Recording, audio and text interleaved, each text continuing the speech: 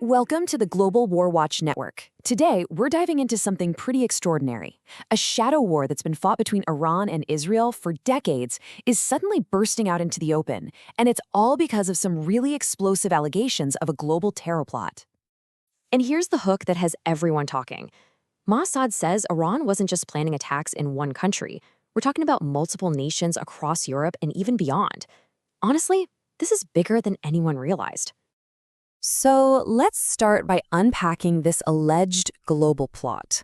This is an operation that stretches way beyond the usual battlegrounds of the Middle East. Okay, to really get what's going on here, you need to know who's in the ring. On one side, you have Mossad, Israel's, legendary intelligence agency. And on the other, Iran's IRGC Quds Force. Think of them as an elite military unit specifically designed for operations outside Iran's borders. These two have been locked in a secret, high-stakes war for decades. And look, Mossad isn't just throwing out vague accusations here. They've laid out what they claim is the entire chain of command.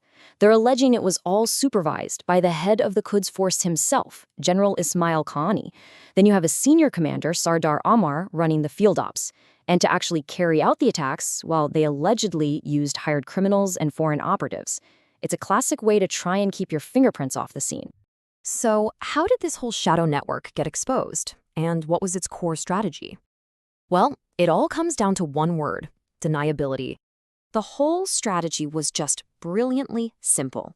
Create distance. By using, say, local criminals or foreign agents, the IRGC could allegedly orchestrate an attack from afar.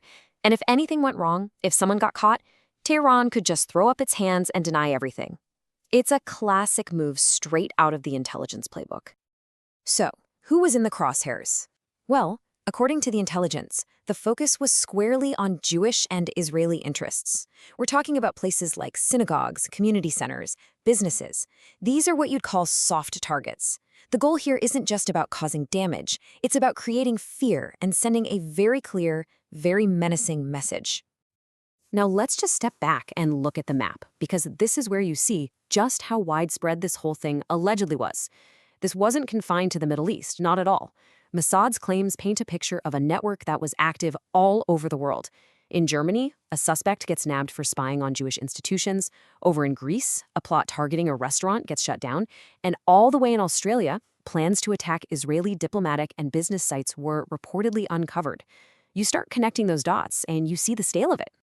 Right, so as you can imagine, allegations this serious didn't just stay in the shadows of the intelligence world. They spilled out into the open and caused some major diplomatic fallout. Just look at this cascade of events. Germany calls in Iran's ambassador demanding an explanation. Greece, as we said, foils a major attack. But then Australia takes it to another level. They actually expelled Iran's ambassador and started the process of officially labeling the entire IRGC a terrorist organization. Believe me, these are not small diplomatic gestures. This is a significant international backlash. And all of this, it culminates in a very direct warning. This is Mossad basically drawing a new, very clear line in the sand. This statement right here, this is the absolute core of it. By putting this out there publicly, Mossad is essentially shouting to Iran, "We see you, we know what you're doing, and you can't hide behind your proxies anymore." This completely changes the rules of engagement in this long-running shadow war. And they're making it really clear they didn't do this alone. Mossad is going out of its way to emphasize that this was a team effort, a result of tight cooperation with Western and other allied intelligence agencies. They're claiming dozens of attacks were stopped because everybody was sharing information. It's a message of strength, but it's also a message of unity. And then comes the final, unmistakable warning. I mean, this isn't just spy talk anymore. This is a direct threat of retaliation. Mossad is putting it on the record. From now on, any attack, anywhere in the world, will be met with a severe and direct response. And what that implies is a huge shift from covert counter-operations to potentially open military action. So, all of this leaves us with one massive question.